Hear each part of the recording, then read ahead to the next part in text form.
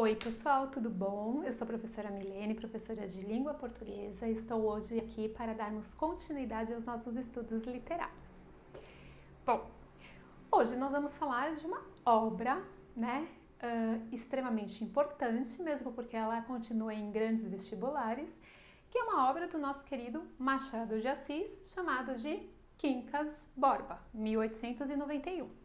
Para quem já assistiu a minha videoaula sobre o Machado, sabe que ela pertence à segunda fase desse escritor, tão importante até hoje para a nossa sociedade, e que ela vem na sequência da obra que dá início ao realismo no Brasil, que é Memórias Póstumas de Brás Cubas. Tudo bem? Essa obra, na realidade, é o sexto romance do Machado de Assis, que escreveu no total de 10 romances.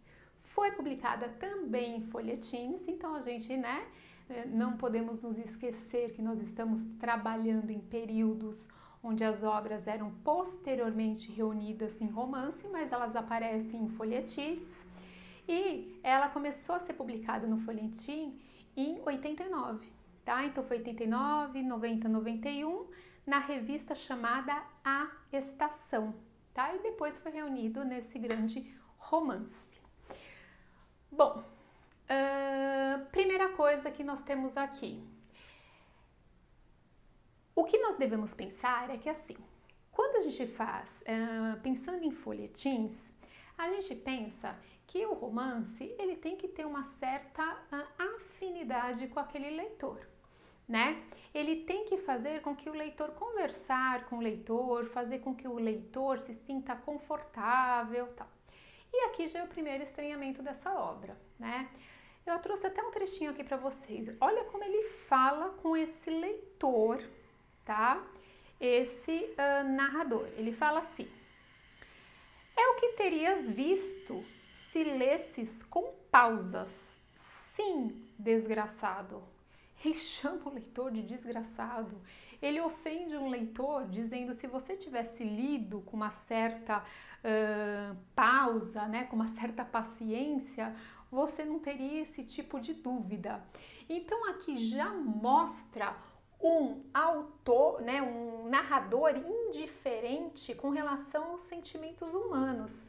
Ué, ele está preocupado com esse sentimento humano, mas isso depois a gente vai perceber que são essas relações sociais criticadas pelo Machado. Então ele põe aqui um narrador que essa obra, gente, o interessante é que é um narrador que vai se apresentar em terceira pessoa. Mas, de repente, em alguns momentos, ele se apresenta como primeiro e faz essa conversa com o leitor que é típica do Machado de Assis. Tudo bem? Bom, aqui vai ficar claro também nessa obra o que nós já chamamos de sincretismo estilístico do Machado de Assis. Então, que vai misturar um pouquinho do que é naturalista, do que é realista, do que é depois, do impressionista, do simbolista. Então tem uma obra que mexe com essa parte desse sincretismo estilístico de Machado.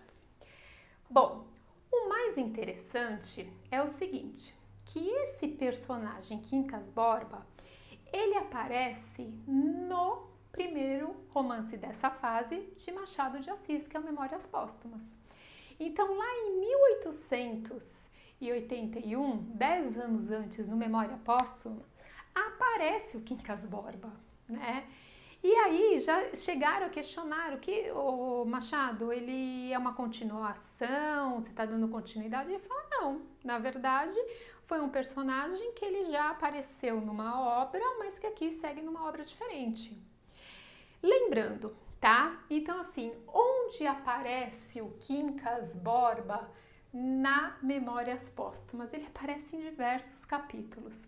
Ele vai aparecer primeiro no capítulo 13, e nesse capítulo 13 ele vai mostrar que era amigo. Quando o Brás Cubas ele vai tentar entender por que ele teve aquela vida de futilidade, ele vai retomar a infância dele. Aí já aparece o Quincas como seu amigo aqui. Depois ele vai aparecer no 59, tá? Então nesse capítulo, o que ele aparece? Ele aparece, na verdade, gente, como um morador de rua. E aí o Brás Cubas está passeando lá e ele encontra o Quincas Borba numa situação deprimente lá, como morador de rua. E aí ele promete, né? Ele deixa lá e fala assim, não, olha, eu te prometo, você como sempre foi meu amigo, eu te prometo arrumar um bom emprego, e deixou 5.000 contos de réis para ele. E depois, até num abraço que eles vão dar de despedida, ele não percebe que o Quincas acabou roubando o seu relógio de bolso. Ele vai lá, põe a mão, né, e tira o seu relógio de bolso. Que depois, mais tarde, ele diz que tomou emprestado, viu, gente? Ele não fala que não foi um roubo. Bom, depois ele vai aparecer novamente, tá? E aí ele vai aparecer nesse capítulo no 111. E nesse capítulo aqui, o que ele vai aparecer? Ele vai avisar, né? Ele vai escrever uma carta e vai falar para o Brás Cubas, olha, eu recebi uma herança, eu fiquei rico, né? Eu tô com dinheiro e eu, inclusive, eu queria te devolver o relógio que eu tomei emprestado, na maior cara de pau, mas ele quer. E apresenta aqui, gente, aquela teoria que eu acho que muitos já ouviram falar, que é a teoria do humanitismo, tá? O que é a teoria do humanitismo? Bom, a teoria do humanitismo, criada então pelo personagem Quincas Borba de Machado, é uma teoria que ela vai contra todos os ismos criados naquela época.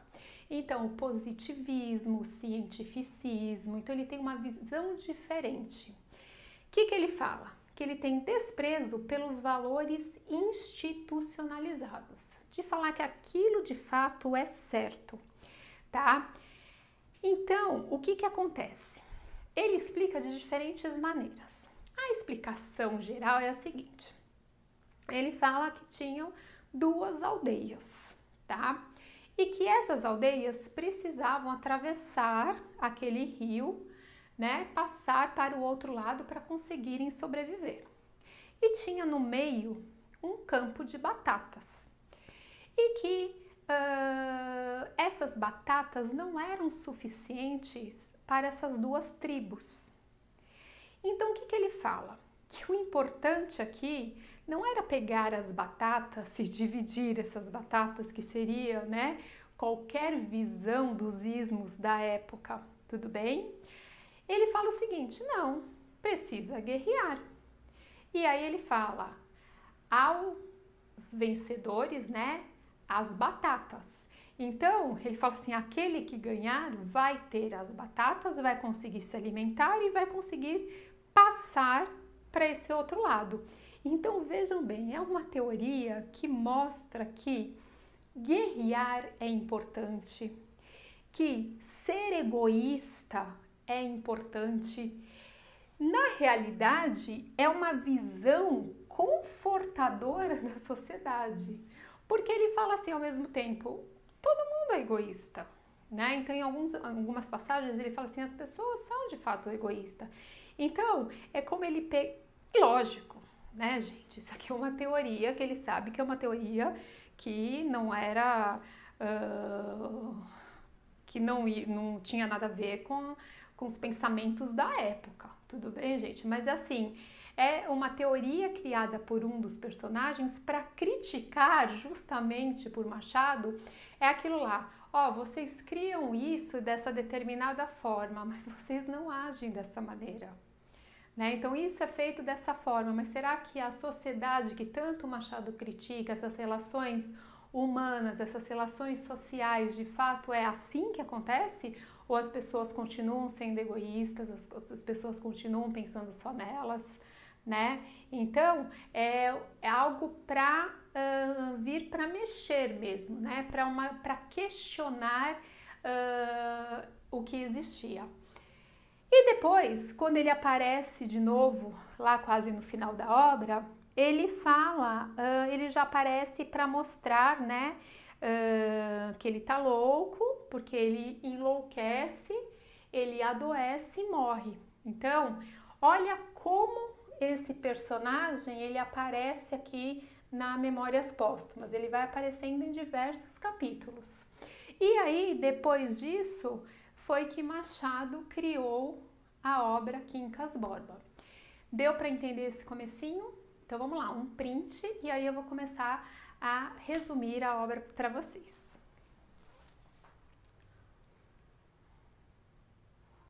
Bom, pessoal, então vamos lá, tá?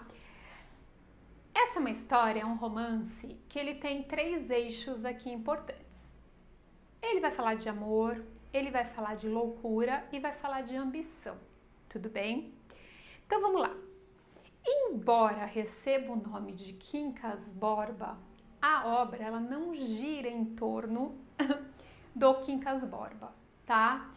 Como assim? Então vamos lá. A obra começa com o Rubião, ele chama Pedro Rubião de Alvarenga. Então vou grifar aqui o Rubião como personagem principal.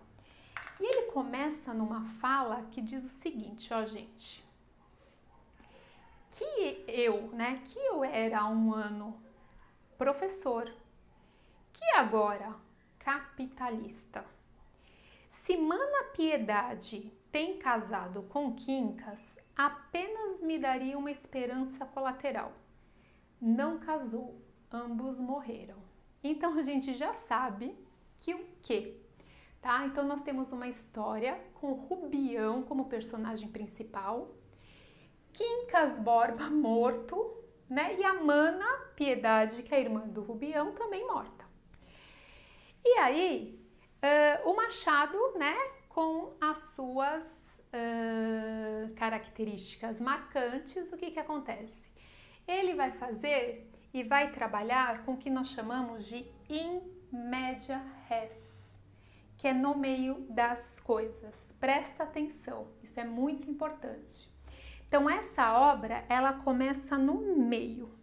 Então aparece o Rubião, que não é mais professor e que agora é um capitalista, ok? Então ele começa no meio da história. Então o que que ele vai fazer? Ele vai entrar agora com flashback, que vai do 3º até o 27º capítulo, tá? Aí ele vai mostrar em como ele chegou àquela situação e depois ele dá continuidade à história. Então, olha que características já de Machado, em média res, flashback, tudo bem? O que que acontece? Vamos lá nesse flashback, tá? Então, acontece o seguinte, o Pedro Rubião de Alvarenga, ele conhece Quincas Borba, porque Quincas Borba, na verdade, ele vai casar, ele ia casar com a irmã de Rubião, que é chamada de Piedade. Só que a Piedade fica doente, ela morre e eles não chegam a se casar, tá? O Quincas Borba, ele passa por todo aquele processo, né, de encontro, desencontro, e rouba relógio, e apresenta a teoria do humanitismo lá para o Brás Cubas, né, e tudo que a gente já conversou, e ele passa num processo de loucura, e quem vai cuidar do Quincas Borba é o Rubião, porque o Rubião é enfermeiro. Isso acontece em Minas Gerais, na cidade de Barbacena, tudo bem? O que que faz o Quincas Borba? Quando ele está prestes a morrer, ele deixa a sua herança, que ele ganha uma herança, lembra que ele falou lá para o Brás Cubas? Ganhei uma herança, fiquei rico. Ele deixa toda a sua herança para o Rubião em agradecimento. Ele só fala uma coisa, ó Rubião, eu vou deixar tudo para você, mas você vai ter que, em troca, cuidar do meu cachorro. Como chamava o cachorro? Quincas Borba. Gente, então olha lá. Por que será que então esse título? Será porque o cachorro vai se eternizar aí nessa obra, ele vai morrer só lá no final, hein, gente? Ele só morre lá no final esse cachorro. Então o cachorro, por mais que o Quincas Borba, pessoa, não esteja nessa obra de fora a fora, o cachorro tá. Então ele continua lá.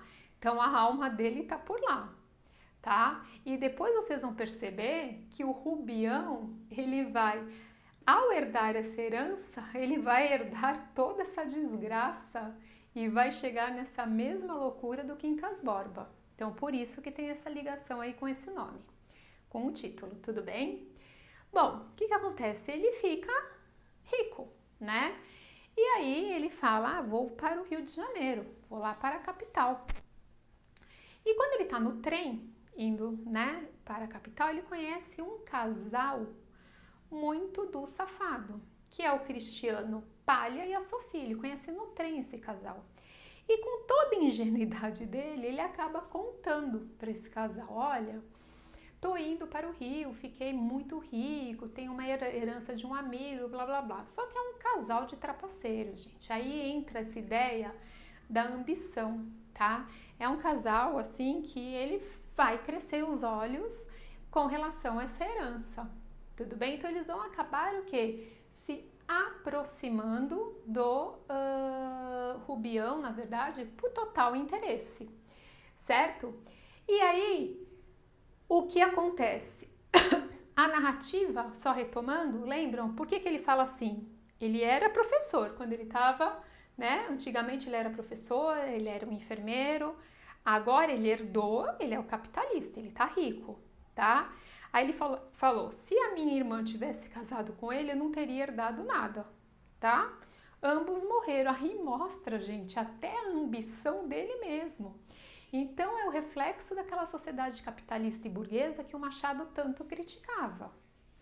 Tudo bem? E aí vai partir justamente daí. Então, ó, prestem atenção, ele começou no meio, ele retomou, mostrou toda essa história e agora ele vai mostrar, na realidade, essa relação entre Rubião, Cristiano Palha e a Sofia. Então, vamos lá, um print. Bom, pessoal, então depois, né, do flashback, aí vai mostrar essa relação que vai começar a existir e a vida que, de fato, o Rubião, ele vai levar no Rio de Janeiro.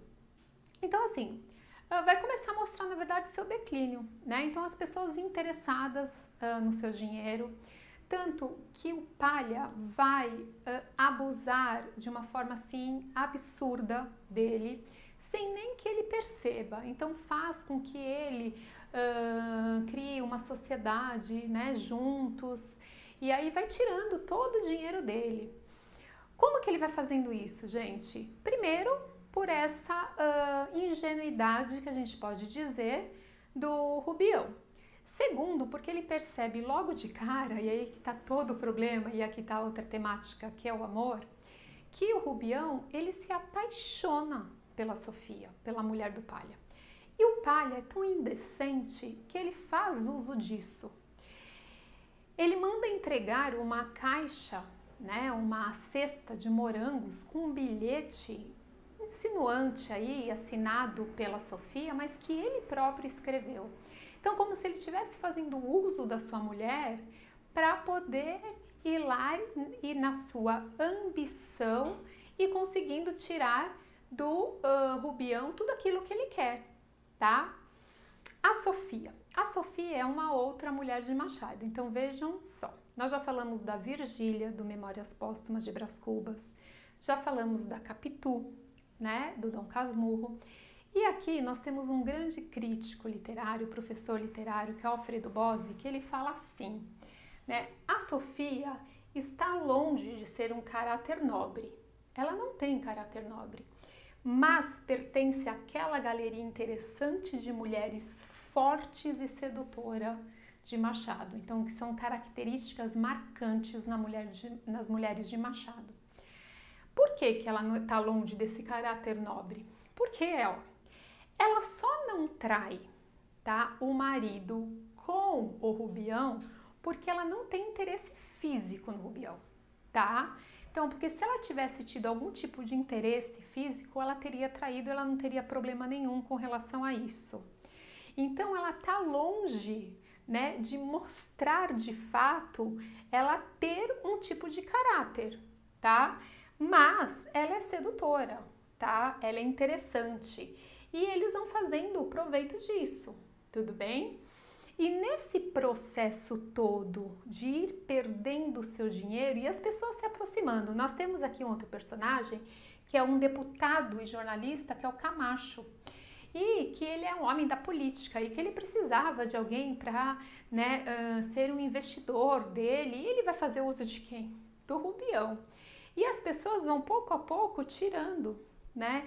Então, assim, o Rubião, ele entra num processo de enlouquecimento, de loucura, por conta de estar perdendo e chegar a perder toda a sua herança que ele tinha ganhado, tá? E de ter essa paixão pela Sofia, uma paixão que em nenhum momento vai se concretizar.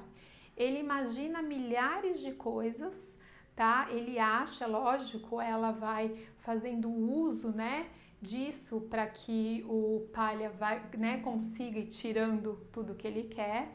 Então, dentro desse processo todo, dessa degradação que acontece lá no Rio de Janeiro, porque ele vai para o Rio de Janeiro. Então, embora comece lá em Barbacena, em Minas, é lá no Rio de Janeiro que está aquela sociedade ambiciosa, aquela sociedade maluca que o Machado critica. Tudo bem? E o que acontece de fato, gente?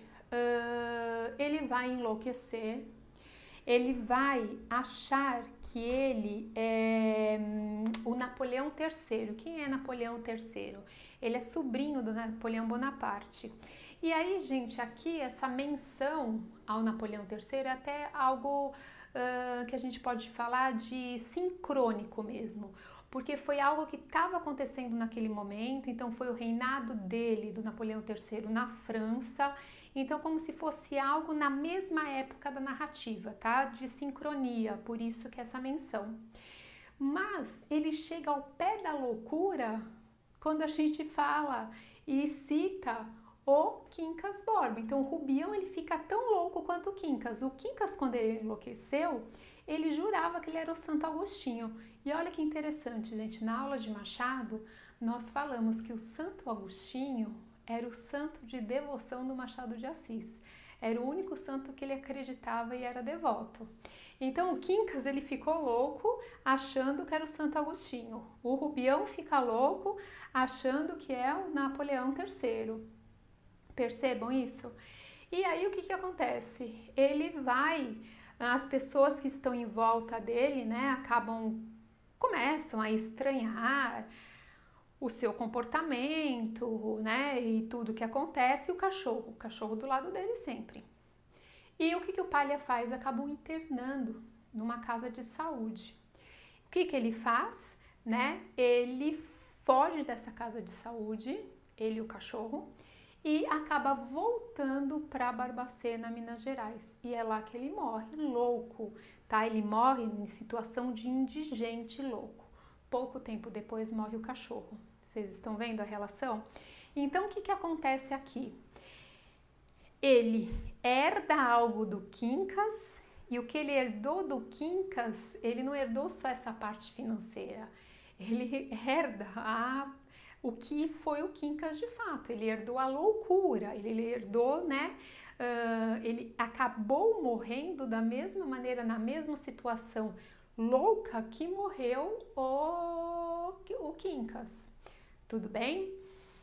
Bom, o narrador, como já falei, é um narrador de terceira pessoa onisciente, embora ele vá conversando, né? E aquele tipo de conversa bem estranha que ele vai tendo com aquele leitor do folhetins, tá? O tempo e espaço é no segundo reinado, mas tem também essa ligação com Barbacena, né? Mas é lá no Rio de Janeiro que vai mostrar essas relações sociais deturpadas, gananciosas existentes naquela época, tá? Nós temos o Camacho aqui, que já é o exemplo de um político, é um modelo, na verdade, de esgotamento político da época. E o engraçado, gente, é que assim, uma semelhança que existe aqui é que o Rubião, ele tem o nome, ele se chama Pedro Rubião. E esse Pedro, muitos falam que podemos associar a Dom Pedro II, né? Rubião a Dom Pedro. Então, o que seria esse Rubião nesse processo de loucura? é mostrar que o Império Brasileiro naquele momento estava enlouquecendo, como se ele fosse mostrar, né, o que estava acontecendo com Dom Pedro II. Tudo bem? Fora isso, né, nós temos uma ironia absurda, um humor extremamente marcado, as digressões, que é aquela ruptura, né, do tempo cronológico tradicional da narrativa. E essa daqui é a grande obra Quincas Borba do Machado. Espero de verdade que vocês tenham entendido tudo, tá? Muito obrigada e até a próxima. E um print aí final para a tela.